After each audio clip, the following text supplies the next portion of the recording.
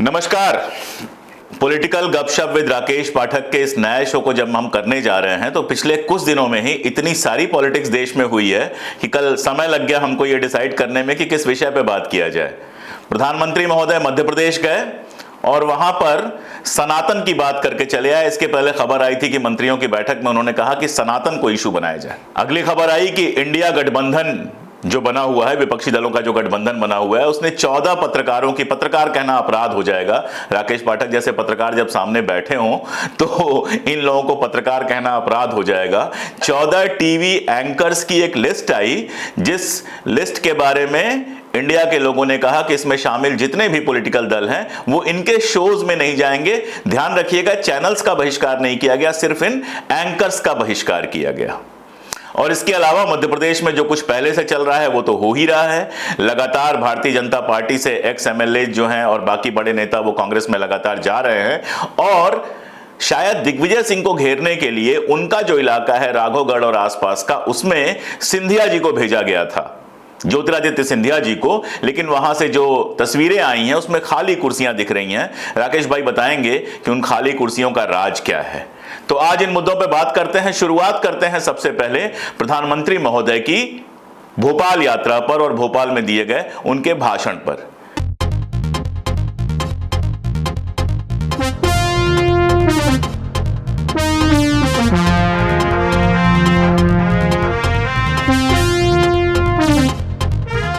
राकेश भाई, वहां पर जो गए थे वो निश्चित रूप से चुनाव प्रचार के लिए ही गए थे और अब चुनाव प्रचार लगातार होता रहेगा, लगातार लोग जाते रहेंगे। इसी शो में आपने एक बार बताया था कि अमित शाह जी कैसे कुछ ही दिनों के अंदर कई बार गए, तो अब शायद प्रधानमंत्री महोदय भी लगातार हमें मध्य प्रदेश की अलग अलग जगहों पर दिखाई देंगे। तो अगर हम मान लें कि वहां पर राष्ट्रीय स्तर पर चुनाव प्रचार का आगाज हुआ है तो उनका पूरा भाषण आप किस रूप में देखते हैं? देखिए अशोक जी, पहली बात तो यह है कि जिस कार्यक्रम में प्रधानमंत्री बोल रहे थे वो एक सरकारी आयोजन था और उसमें वे राजनीतिक बातें कर रहे थे। ऐसा इससे पहले आमतौर पर नहीं देखा गया कि कोई प्रधानमंत्री सरकारी आयोजन में विपक्षी गठबंधन, विपक्षी दलों को इस तरह कोसने लगे। यद्यपि नरेंद्र मोदी जी जितने स्थापित नैतिकता के सिद्धांत हैं, समाज के, राजनीति के, अंतरराष्ट्रीय राजनय के, सबको ध्वस्त करते जाते हैं। वे अपने ही नए रिकॉर्ड की तरफ बढ़ते जाते हैं। हमें याद है कि जब अंडमान में, पोर्ट ब्लेयर में हवाई अड्डे के किसी नए विंग का उद्घाटन करने गए थे, वहां भी उन्होंने सरकारी कार्यक्रम में पूरी राजनीतिक बात की थी। तो एक तो बात यह हो गई कि वो आयोजन सरकारी था, लेकिन नवंबर के चुनाव के लिए उन्होंने चुनाव का आगाज कर दिया। ठीक है, उनका हक है। पर जिस कार्यक्रम को पहली बार हुआ जाना बताया जा रहा था वो बीना रिफाइनरी, हम जानते हैं, पीवी नरसिंह राव और मनमोहन सिंह के समय से स्थापित है। उसमें बहुत बड़ा पहले से प्रोजेक्ट है, उसका विस्तार हो रहा है। अब आते उन्होंने जो कहा उस पर, वे असल में जो कहते हैं और जो करते हैं उसमें इतना फर्क है कि हम और आप जैसे साधारण लोग तो समझ नहीं पाएंगे कि सचमुच नरेंद्र मोदी जी कहना क्या चाहते हैं, उनका स्टैंड क्या है। एक शेर है ना, समझने ही नहीं देती सियासत हमको सच्चाई, समझने ही नहीं देती सियासत हमको सच्चाई, कभी चेहरा नहीं मिलता, कभी दर्पण नहीं मिलता। तो नरेंद्र मोदी के साथ दिक्कत यह है कि जब वे गुजरात के मुख्यमंत्री थे तो एक टेलीविजन चैनल के इंटरव्यू में कह रहे थे कि हिंदुत्व नाम का कोई धर्म नहीं है, ये तो जीवन शैली है। मैं तो सुप्रीम कोर्ट के कहे को मानता हूं कि हिंदुत्व तो एक जीवन शैली है। लेकिन अब वे उसके बाद से हिंदुत्व और सनातन पर आ गए। दो बातें मैं कहना चाहता हूं कि चूंकि नरेंद्र मोदी के पास अब चुनाव में जाते समय कोई ऐसी उपलब्धि नहीं है, उपलब्धियां नहीं है जिसके भरोसे में जनता में अपनी बात पहुंचा सकें।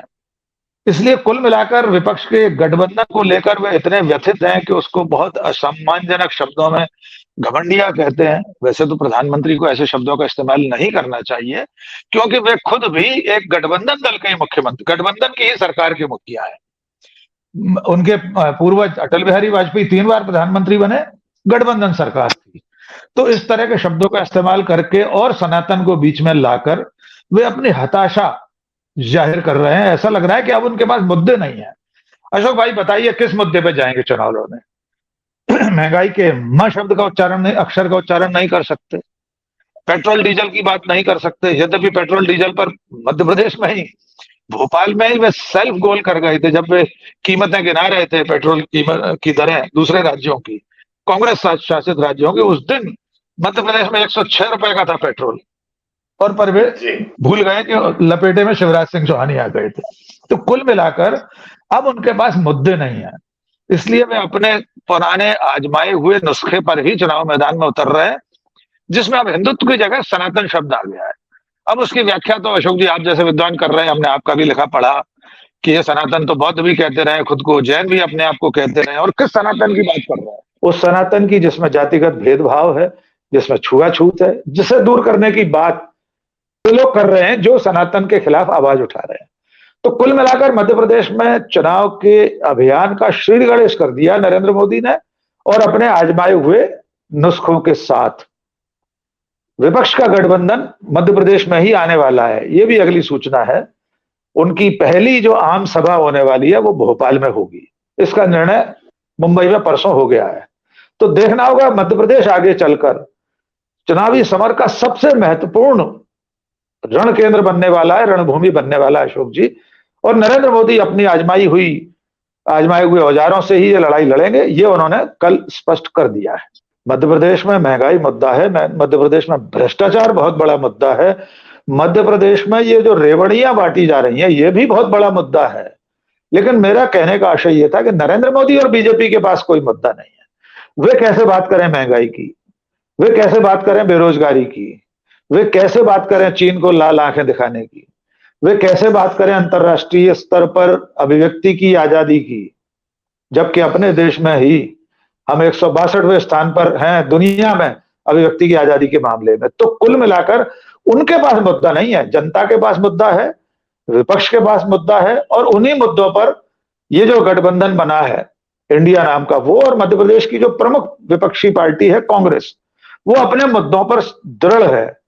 मुंबई की बैठक में भी कहा गया, जिसमें शरद पवार और बाकी लोग थे, उसमें यह तय किया गया कि हमको अपने ही मुद्दों पर कायम रहना है, बेरोजगारी, भ्रष्टाचार, महंगाई, चीन का अतिक्रमण। तो मुद्दे जिंदा है मध्य प्रदेश में, लोग उस पर बात कर रहे हैं, लगातार बात हो रही है। बीजेपी की परेशानी यह है कि इनमें से वो किसी मुद्दे पर जवाब नहीं दे सकती। अगर वो भ्रष्टाचार की कोई बात करेगी तो मध्य प्रदेश से लेकर अडानी के भ्रष्टाचार तक बात होगी, फिर कैसे जवाब देंगे? तो ये व्यवस्था है नरेंद्र मोदी और बीजेपी की, वे मुद्दा विहीन चुनाव लड़ना चाहते हैं, अपने मुद्दों पर अपना नैरेटिव सेट करना चाहते हैं, अपना एजेंडा सेट करना चाहते हैं, लेकिन अब वे लगातार विफल हो रहे हैं अपने एजेंडे को तय करने में। इसको मैं टर्निंग पॉइंट मानता हूं राहुल गांधी की यात्रा की शुरुआत का दिन। उस दिन के बाद से बीजेपी जितने मुद्दों पर देश को या विपक्ष को लाने की कोशिश करती है, उसे बैकफुट पर जाना पड़ता है। विपक्ष और मुख्य धारा से इतर जो मीडिया है वो एजेंडा अपसेट करने लगा है, उस पर बात होने लगी है। वैसे तो मुद्दों की ही आपने बात की, तो एक नया मुद्दा कल अचानक आ गया हमारे सामने कि ये जो गठबंधन है इसने 14 एंकर्स को बैन कर दिया। बैन क्या करना, बैन तो कर ही नहीं सकते, बैन तो सिर्फ सरकार कर सकती है। ये निर्णय लिया कि 14 एंकर्स के कार्यक्रम में हम नहीं जाएंगे। और उसके बाद जिस तरह का तहलका मचा हुआ है खासतौर पर ट्विटर पे, वो आपने देखा, कोई अभिव्यक्ति की आज़ादी पर हमला बता रहा है, कोई इमरजेंसी की बात कर रहा है। आप लंबे समय तक पत्रकार रहे हैं और इस तरह के बैन आपने झेले हैं, अघोषित बैन झेले हैं आपने। आप क्या महसूस कर रहे हैं इस निर्णय पर? क्या ये मुद्दा बन सकता है मध्य प्रदेश में? मध्य प्रदेश में ये उतना महत्वपूर्ण मुद्दा तो नहीं बनेगा, लेकिन इसमें दो तीन चीजें स्पष्ट समझना होंगे अशोक जी। आपने बिल्कुल साफ कहा कि ये बैन नहीं है। बैन विपक्ष लगा भी नहीं सकता, उसके पास कोई सत्ता की ताकत तो है नहीं, उसके पास कोई नियंत्रण करने वाले विभाग और इकाइयां तो है नहीं। ये एक तरह से गांधीवादी सत्याग्रह है कि हम आपके कार्यक्रम में नहीं जाएंगे। इसको लेकर इतना परेशान क्यों है लोग? और वो लोग परेशान हैं जिन्होंने 2014-15 में एनडीटीवी को बहिष्कृत कर रखा था। बाकायदा उसका ट्वीट सामने आ गया है कल परसों में, मैंने भी आपके ट्वीट पर रिट्वीट करके वो स्क्रीनशॉट डाला है उसका। हम सब जानते हैं करण थापर के उस इंटरव्यू के बाद जिसमें माननीय प्रधानमंत्री एक गिलास पानी मांग गए थे, उसके बाद करण थापर के इंटरव्यू में जाने से मंत्रियों ने इनकार करना शुरू कर दिया था, उनके टेलीफोन उठाना बंद कर दिए थे। तो ये भी एक तरह से असहयोग है, सत्याग्रह है कि अगर आप सिर्फ सत्ता के चारण भाट बने रहना चाहते हैं, आप जनता के मुद्दे के नहीं उठाएंगे, तो हम आपके साथ भागीदार नहीं होंगे। इसे इमरजेंसी और अघोषित आपातकाल कैसे कहा जा सकता है? मैं व्यक्तिगत रूप से पत्रकार होने के नाते ऐसी किसी भी पहल के साथ खड़े नहीं होना चाहता, लेकिन तब जब सामने वाले पत्रकार तो हों। इनमें से जिन पर प्रतिबंध लगाए गए हैं अशोक जी, प्रतिबंध नहीं, क्षमा कीजिए, हम लोगों के मुंह से भी वही शब्द निकल जाता है, जिनके कार्यक्रमों में जाने से इनकार किया गया है, इनमें से पिछले 10 सालों में किस किसने सत्ता से सवाल पूछे हैं?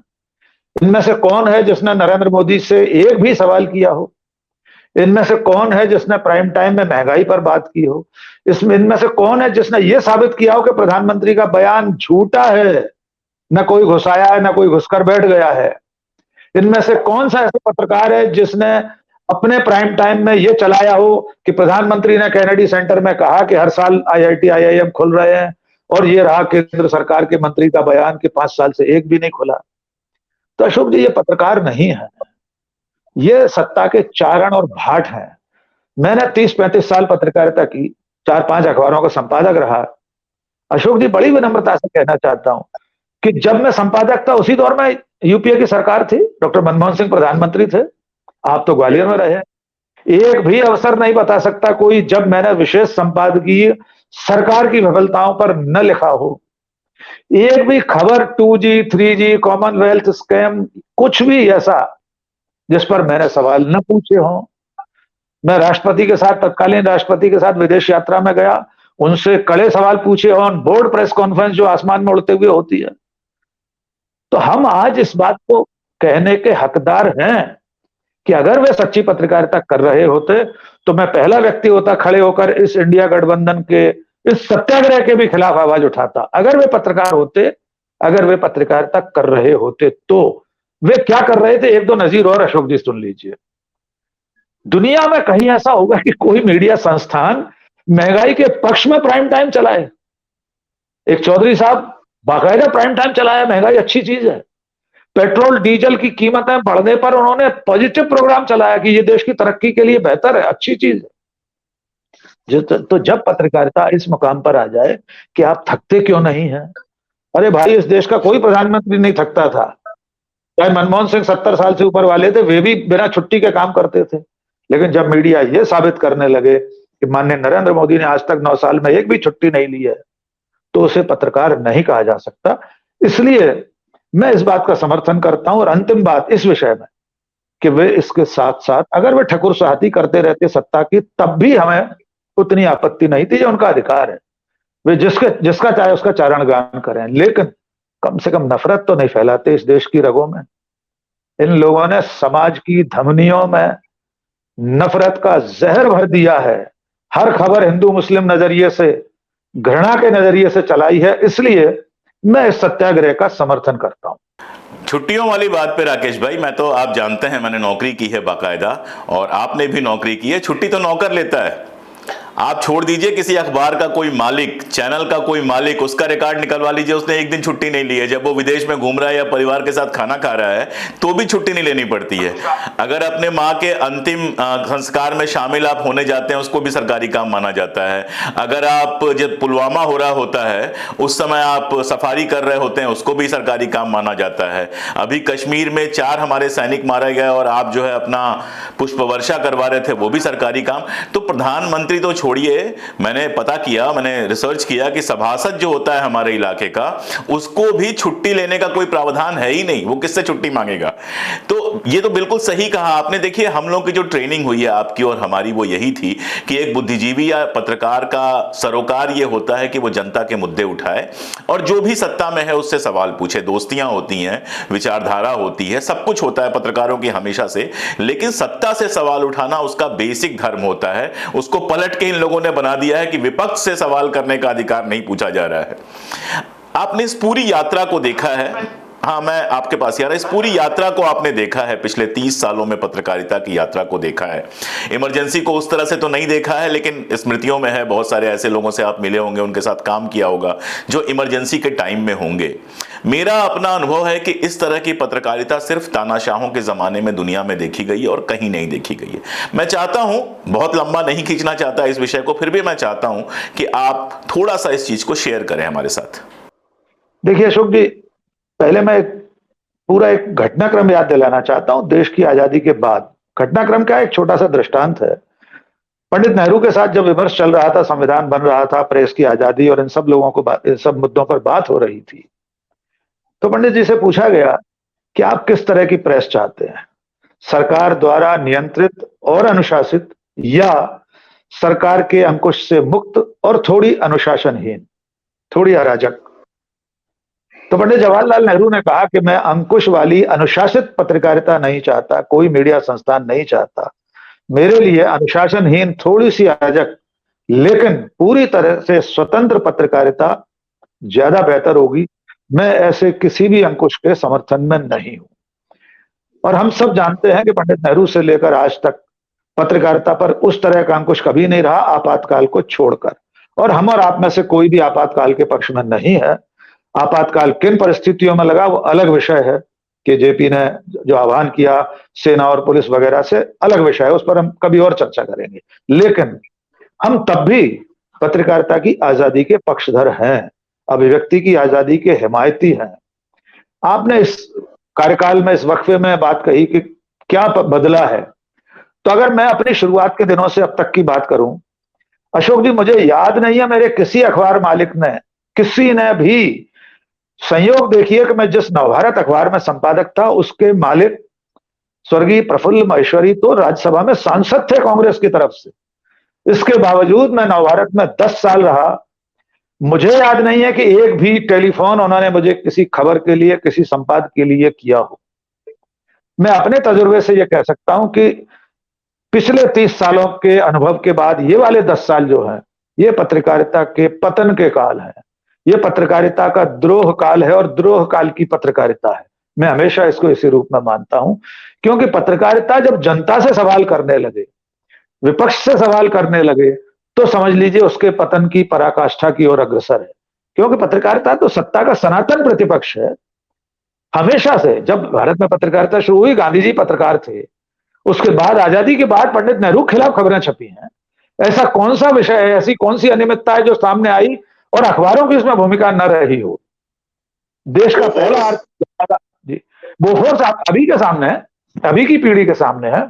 मैं तो नेहरू युग की याद दिला सकता हूं, नागरवाला कांड से लेकर, जो जीप कांड था उस समय से लेकर, एक एक चीज जो अखबारों ने छापी, जिस पर मंत्रियों के इस्तीफे हुए, ये थी पत्रकारिता की भूमिका। पंडित नेहरू के समय पहला इस्तीफा अखबारों की वजह से हुआ था, उनके वित्त मंत्री का इस्तीफा हुआ था, क्योंकि एलआईसी का कुछ शेयर एक किसी सेठ को उन्होंने दे दिया था। लेकिन आज पत्रकारिता अडानी पर बात नहीं करना चाहती, आज अंबानी पर सवाल नहीं पूछना चाहती, बल्कि जब सवाल पूछे जाते हैं तो सत्ता की ढाल बनकर खड़ी हो जाती है। ऐसी पत्रकारिता को पत्रकारिता कहना भी अपराध है। शुभ मध्य प्रदेश की तरफ लौटते हैं। एक चर्चा लगातार चल रही है राकेश भाई कि इस बार शिवराज सिंह चौहान, जो अपने आप को मामा जी कहलवाना पसंद करते हैं, अगर भाजपा जीतती भी है तो उनको मुख्यमंत्री नहीं बनाया जाएगा। अमित शाह गए तो कुछ इस तरह का बयान दे के आए थे जिससे ये बात निकल रही थी। प्रधानमंत्री ने भी कंधे पे हाथ रख के या किसी तरह से कुछ ऐसा नहीं कहा जिससे ये अर्थ निकाला जा सके कि प्रधानमंत्री इस पक्ष में है कि शिवराज जी को बनाया जाए। और बाकी जो नाराज भाजपा, शिवराज भाजपा, महाराज भाजपा आपने बताया था, वो सब तो हम देख ही रहे हैं। मैं थोड़ा सा समझना चाह रहा हूं कि जिस आदमी ने 14-15 साल मेरे ख्याल से लगातार वो मुख्यमंत्री रहे हैं, दिग्विजय सिंह के बाद उमा भारती बनी, उमा भारती थोड़े टाइम रह पाई, उसके बाद शिवराज जी लगभग लगातार हैं। ऐसे आदमी को, और कोशिश कर रहे हैं अपनी तरफ से रेवड़ियां बांटने की, लगातार मेहनत कर रहे हैं, तो क्या संदेश देना चाहती है भाजपा? देखिए अशोक जी, ये बिल्कुल सही बात है कि शिवराज सिंह चौहान ही मध्य प्रदेश के सबसे बड़े नेता हैं अगर देखा जाए तो। उमा भारती के बाद बाबूलाल गौर भी कुछ महीने रहे थे, वो बफर जोन मान लीजिए, थोड़ा समय ऐसा था। उसके बाद से लगातार शिवराज सिंह, और 15 महीने वो इतना थोड़ा सा और ऐसा समय था कि मुझे भी नहीं याद आया। बिल्कुल याद, मध्य प्रदेश में भी किसी को याद नहीं रहता, स्वाभाविक है। और शिवराज सिंह चौहान निस्संदेह मध्य प्रदेश के सबसे चर्चित राजनेता हैं। लेकिन लगातार सत्ता में बने रहने के कारण एक तो जनता के बीच में भी अब उनके प्रति एक मन भर जाने वाली, कि अफर जाने वाला भाव आ गया है कि अब बहुत हो गया ये चेहरा।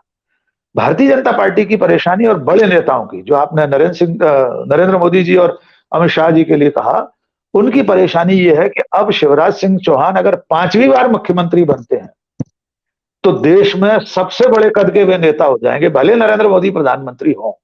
नरेंद्र मोदी 3 बार मुख्यमंत्री रहे, 4 बार वाला अभी भी कोई नहीं है शायद मेरे ख्याल से बीजेपी का तो। और 5वीं बार शिवराज सिंह चौहान का मुख्यमंत्री बनना सीधे सीधे मुख्य प्रधानमंत्री पद पर उनकी दावेदारी खड़ी कर देगा।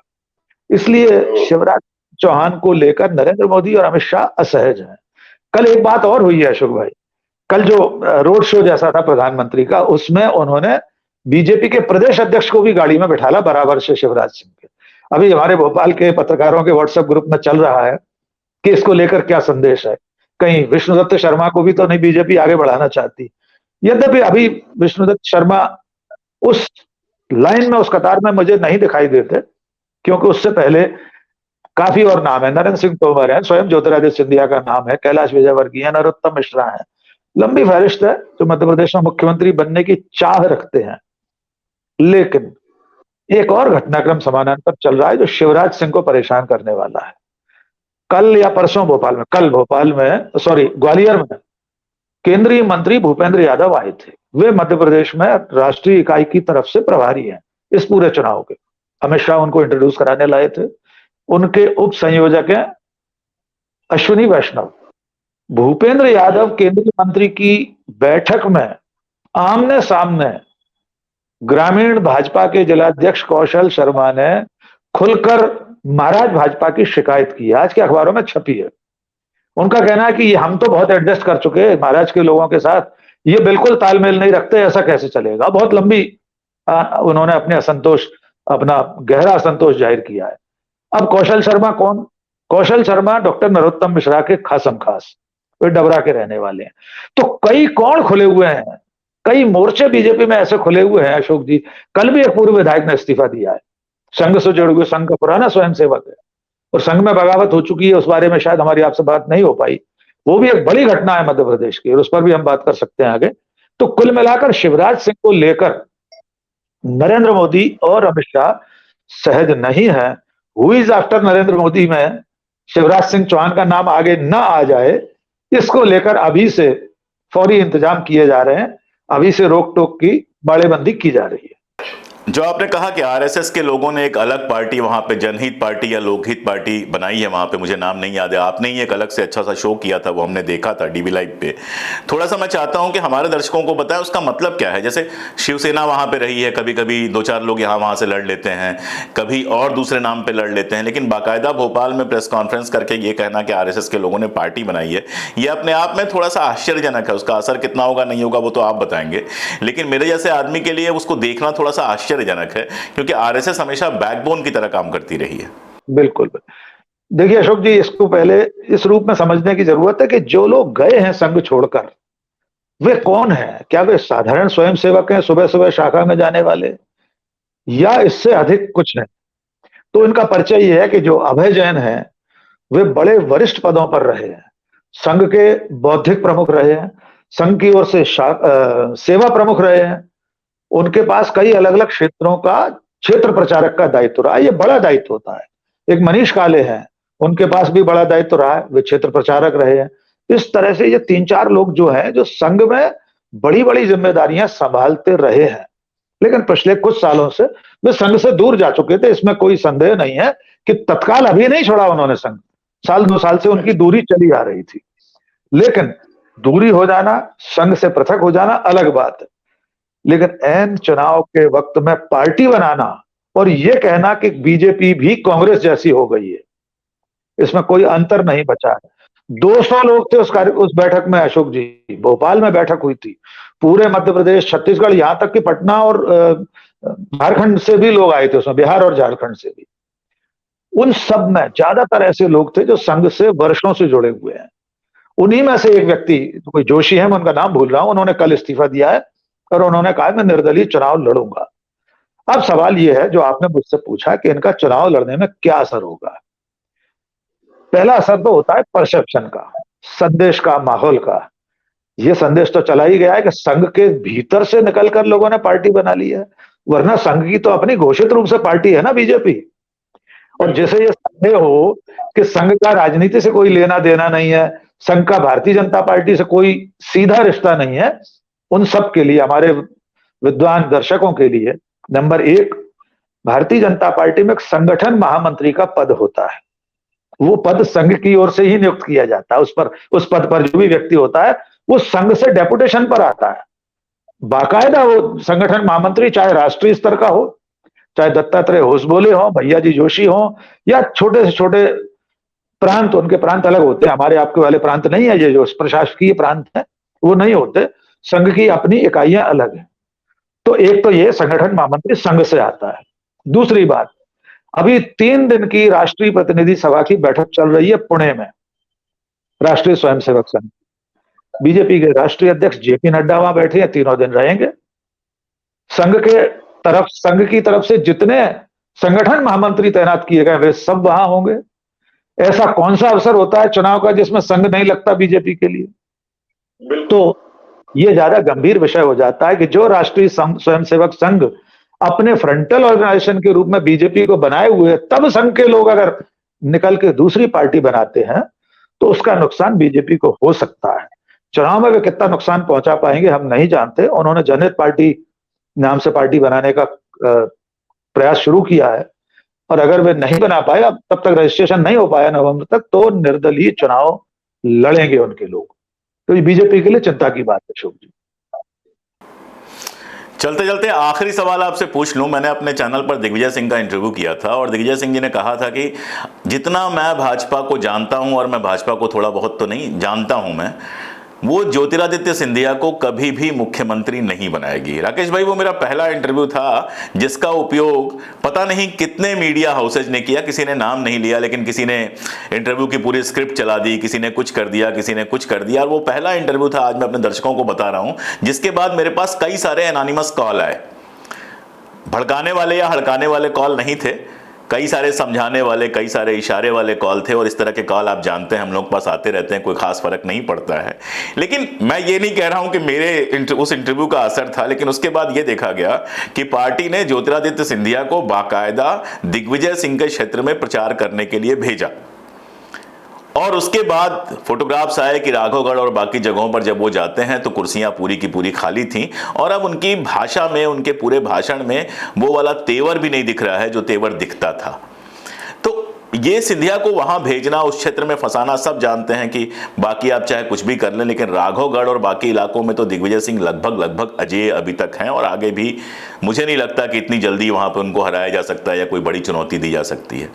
फिर महाराज गुना से हार चुके हैं, उनको राघवगढ़, गुना से थोड़ा आगे राघवगढ़ है, वहां भेजना, प्रचार कराना, इसका मतलब क्या हुआ? और महाराज कहने के लिए दर्शक हमें माफ कर देंगे, वो हमारी आदत से हम मजबूर हैं। ग्वालियर में मैं भी रह गया 15 साल, तो इन लोगों की सुन सुन के मुझे भी आदत पड़ गई। देखिए महाराज, तो एक संबोधन है, हम सब लोग बड़े सम्मान के साथ लेते हैं, और मुझे इसमें कोई ऐतराज नहीं है कि मैं ग्वालियर का रहने वाला हूं और मैं उनका बहुत सम्मान करता हूं। मुझे उनमें बहुत उम्मीदें दिखाई देती थी, मुझे नहीं, सबको ही दिखती थी। अब जो राजनीतिक उठापटक इस वक्त चल रही है वो एक तरह से प्रत्युत्तर है, क्योंकि कांग्रेस ने ज्योतिरादित्य सिंधिया के इलाके में, यानी ग्वालियर चंबल संभाग में, दिग्विजय सिंह के सुपुत्र जयवर्धन सिंह को तैनात कर दिया है। इस वक्त वहां जो कांग्रेस की, हाँ बाकायदा इस चुनाव से पहले और पिछले 1 साल से ही जयवर्धन सिंह लगातार ग्वालियर चंबल में सक्रिय हैं। जितने लोग कांग्रेस पार्टी की ओर से वहां तैनात किए गए, राहुल भैया हैं, अजय सिंह राहुल भैया, उन्हें भी इसके लिए समन्वयक बनाया गया है विधानसभा चुनाव के लिए, वे भी लगातार ग्वालियर जा रहे हैं। हो सकता है बीजेपी को लगा हो कि इसकी काट में ज्योतिरादित्य सिंधिया को दिग्विजय सिंह के क्षेत्र में भेज दिया जाए। इसका कितना उन्हें फायदा होगा हम नहीं जानते, लेकिन जैसा कि आपने कहा कि ज्योतिरादित्य सिंधिया की सभाओं में राघवगढ़ वगैरह में कम भीड़ थी, लेकिन उससे आगे शाहजहांपुर, शुजालपुर, ये भूतपूर्व सिंधिया रियासत का क्षेत्र है अशोक जी। जो सिंधिया राजघराना था वो मालवा तक फैला हुआ था। वहां पर भी उनकी जन आशीर्वाद यात्राओं में, उनकी सभाओं में भीड़ नहीं दिख रही है। तो ये अभी शह और मात का खेल एक दूसरे के इलाके में दखल देने का आगे भी चलेगा। लेकिन ज्योतिरादित्य सिंधिया अपने जीवन के सबसे कठिन दौर में से गुजर रहे हैं। उनके सामने असली चुनौती यह है कि अपने क्षेत्र में बीजेपी के लोगों को कैसे जिता पाए, और उससे पहले चुनौती है कि अपने लोगों को टिकट दिला पाए। वे भारतीय जनता पार्टी की टिकट देने की प्रक्रिया में कहीं शामिल नहीं है। वे किसी समिति में नहीं है। जो भी उनका सिस्टम है बीजेपी का, उसमें ज्योतिरादित्य सिंधिया नहीं है। उन्हें जिन्हें अपने लोगों को टिकट दिलाने हैं, उनकी सूची उन्होंने दे दी होगी जिसे देना है, लेकिन वो डिस्कशन में कहीं शामिल नहीं है। वो किसी ऐसी बैठक में नहीं बैठ रहे हैं जहां वे दमदारी से अपने लोगों को टिकट दिलाने के लिए वजनदार तरीके से कोई बात कह सकें। ये परेशानी रोज सिंधिया के सामने आ रही है, महाराज के सामने आ रही है। और अब जिस तरह से बीजेपी में उनके खिलाफ बातें उठने लगी हैं, तो वे राधौगढ़ में जाकर दिग्विजय सिंह का कितना नुकसान कर पाएंगे हम नहीं जानते। उससे पहले उन्हें अपना नुकसान बचाना है, जो लगातार उनके खिलाफ बीजेपी में चल रहा है। हाशिए पर उन्हें धकेलने की कोशिशें बीजेपी में चल रही हैं। मैं नहीं जानता दिग्विजय सिंह ने किस आधार पर यह कहा कि बीजेपी सिंधिया को कभी मुख्यमंत्री नहीं बनाएगी। मैं इसका आधार नहीं जानता, लेकिन अब जो दशा है उससे नहीं लग रहा कि वे मुख्यमंत्री बनने वाले हैं। एक तो अभी बनना होता तो चुनाव से पहले बन जाते, और चुनाव के बाद अगर बीजेपी सत्ता लायक सीटें ला पाती है, तब भी नरेंद्र सिंह तोमर, विष्णुदत्त शर्मा, नरोत्तम मिश्रा, कैलाश विजयवर्गीय, फग्गन सिंह कुलस्ते और वो है सुमेर सिंह संघ से जुड़े हुए हैं, जिनका नाम बीच में चल गया था मुख्यमंत्री बनेंगे। इतनी लंबी फहरिस्त, उन सबको दरकिनार करके सीधे सिंधिया मुख्यमंत्री बन जाए, इसकी संभावना मैं भी कम देखता हूं। यद्यपि बीजेपी में कुछ भी हो सकता है। जब हेमंता विश्व शर्मा मुख्यमंत्री बन सकते हैं, बसवराज मुंबई बन सकते हैं कांग्रेस से आए हुए, तो ज्योतिरादित्य सिंधिया भी बन सकते हैं, मेरा ऐसा मानना है। लेकिन फिलहाल ऐसी संभावना नहीं दिखती। तो चुनौतियां ही चुनौतियां हैं। मध्य प्रदेश भाजपा के पास चुनौती है अपनी सत्ता बचाने की। शिवराज सिंह चौहान के सामने चुनौती है कि अगर सत्ता बच भी जाती है तो मुख्यमंत्री बने रहें। एक बड़ी चुनौती कांग्रेस और उसके साथियों के साथ है कि किस तरह से महंगाई, बेरोजगारी, इन सारे मुद्दों को मध्य प्रदेश में और फिर पूरे देश में चलाया जाए। ज्योतिरादित्य सिंधिया के सामने चुनौती यह है कि कम से कम ग्वालियर चंबल क्षेत्र में वो इतनी सीटें जिता सकें कि उनकी इज्जत बच जाए, और अगर ये चुनौती वो नहीं संभाल पाए तो इसके बाद बड़ी चुनौती इनके लिए ये हो जाएगी कि लोकसभा का टिकट उनको कहां से मिलेगा। मध्य प्रदेश आने वाले समय में भले 5 राज्यों में चुनाव हैं, लेकिन मध्य प्रदेश इस समय राजनीति का सबसे बड़ा अड्डा बना हुआ है, और आने वाले समय में बहुत कुछ और देखने को हमको मिलेगा, और उसको हम देखेंगे डॉक्टर राकेश पाठक की निगाह से गपशप विद डॉक्टर राकेश पाठक के इस शो में। आज के लिए बहुत शुक्रिया राकेश भाई, आगे फिर मिलते हैं। धन्यवाद, जय हिंद।